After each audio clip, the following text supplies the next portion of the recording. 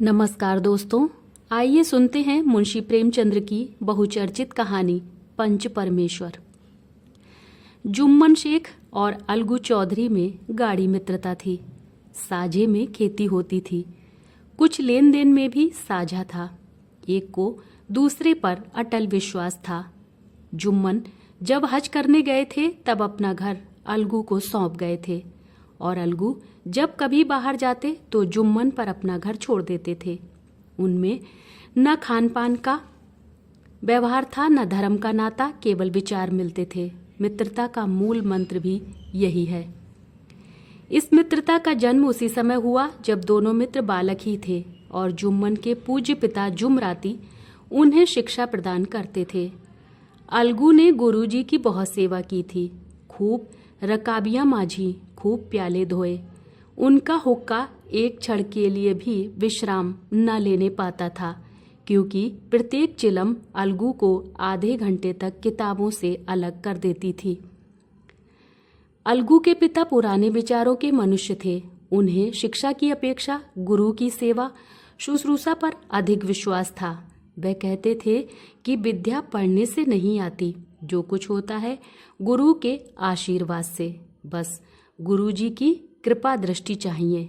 अतएव यदि अलगू पर जुमराती शेख के आशीर्वाद अथवा सत्संग का कुछ फल ना हुआ तो यह मानकर संतोष कर लेना कि विद्योपार्जन में उसने यथाशक्ति कोई बात उठा नहीं रखी। विद्या उसके भाग्य में ही ना थी तो कैसे आती। मगर जुमराती शेख स्वयं आशीर्वाद के कायल ना थे। उन्हें अपने सोटे पर अधिक भरोसा था और उसी सोटे के प्रताप से आज आसपास के गांवों में जुम्मन की पूजा होती थी। उनके लिखे हुए रहनामे या बैनामे पर कचहरी का मुहर्रिर भी कलम ना उठा सकता था।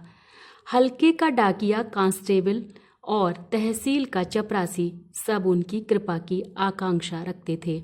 अतएव अलगू का मान उनके धन के कारण था, तो जुम्मन शेख अपनी अनमोल विद्या से ही सबके आदर पात्र बने थे। जुम्मन शेख की एक बूढ़ी खाला यानी मौसी थी। उनके पास कुछ थोड़ी सी मिल्कियत थी, परंतु उसके निकट संबंधियों में कोई ना था। जुम्मन ने लंबे चौड़े वादे करके वह मिल्कियत अपने नाम लिखवा ली थी। जब तक दान पात्र की रजिस्ट्री ना हुई थी तब तक खाला जान का खूब आदर सत्कार किया गया। उन्हें खूब स्वादिष्ट पदार्थ खिलाए गए। हलवे पुलाव की बरसासी की गई, पर रजिस्ट्री की मुहर ने इन खातिरदारियों पर भी मानो मुहर लगा दी। जुम्मन की पत्नी करीमन रोटियों के साथ कड़वी बातों के कुछ तेज तीखे सालन भी देने लगी। जुम्मन शेख भी निष्ठुर हो गए। अब बेचारी खाला जान को प्रायः नित्य ही ऐसी बातें सुननी पड़ती थीं। बुढ़िया ना जाने कब तक जिएगी।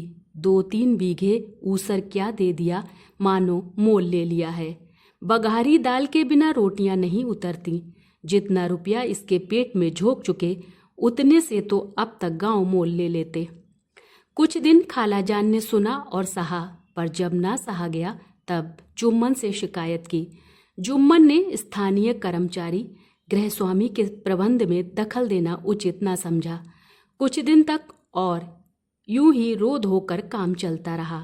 अंत में एक दिन खाला ने जुम्मन से कहा, बेटा तुम्हारे साथ मेरा निर्वाह ना होगा, तुम मुझे रुपए दे दिया करो, मैं अपना पका खा लूंगी। जुम्मन ने धृष्टता के साथ उत्तर दिया, रुपए क्या यहाँ फलते हैं।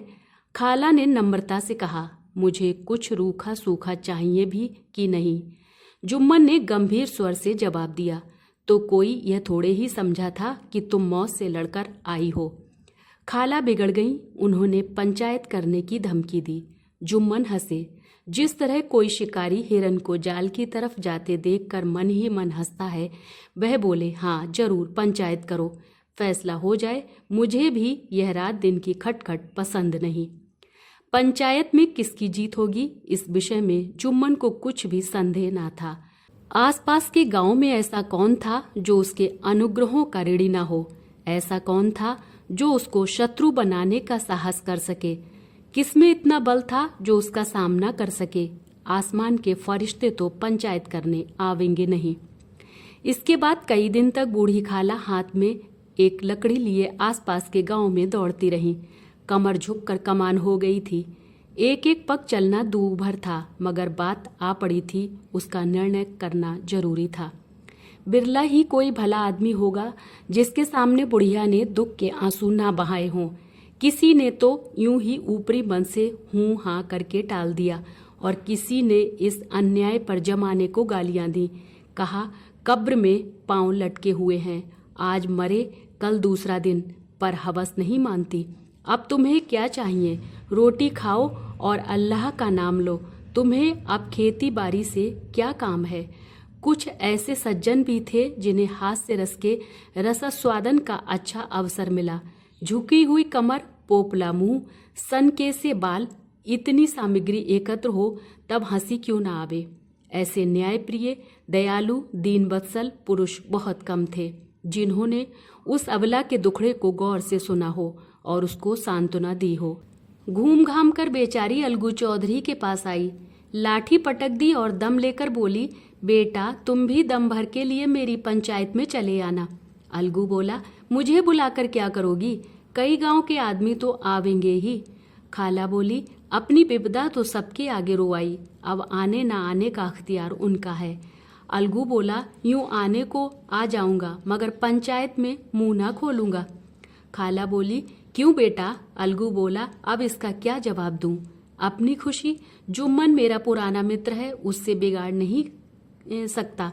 खाला बोली, बेटा क्या बिगाड़ के डर से ईमान की बात ना कहोगे? हमारे सोए हुए धर्म ज्ञान की सारी संपत्ति लुट जाए तो उसे खबर नहीं होती, परंतु ललकार सुनकर वह सचेत हो जाता है, फिर उसे कोई जीत नहीं सकता। अलगू इस सवाल का कोई उत्तर ना दे सका, पर उसके हृदय में ये शब्द गूंज रहे थे, क्या बिगाड़ के डर से ईमान की बात ना कहोगे? संध्या समय एक पेड़ के नीचे पंचायत बैठी। शेख जुम्मन ने पहले से ही फर्श बिछा रखा था। उन्होंने पान, इलायची, हुक्के, तंबाकू आदि का प्रबंध भी किया था। हाँ, वह स्वयं अलबत्ता अलगू चौधरी के साथ जरा दूर पर बैठे हुए थे। जब पंचायत में कोई आ जाता था तब दबे हुए सलाम से उसका स्वागत करते थे। जब सूर्यास्त हो गया और चिड़ियों की कलरव युक्त पंचायत पेड़ों पर बैठी तब यहाँ भी पंचायत शुरू हुई। फर्श की एक एक अंगुल जमीन पर भर गई, पर अधिकांश दर्शक ही थे। निमंत्रित महाशयों में से केवल वे ही लोग पधारे थे जिन्हें जुम्मन से अपनी कुछ कसर निकालनी थी। एक कोने में आग सुलग रही थी। नाई ताबड़तोड़ चिलम भर रहा था।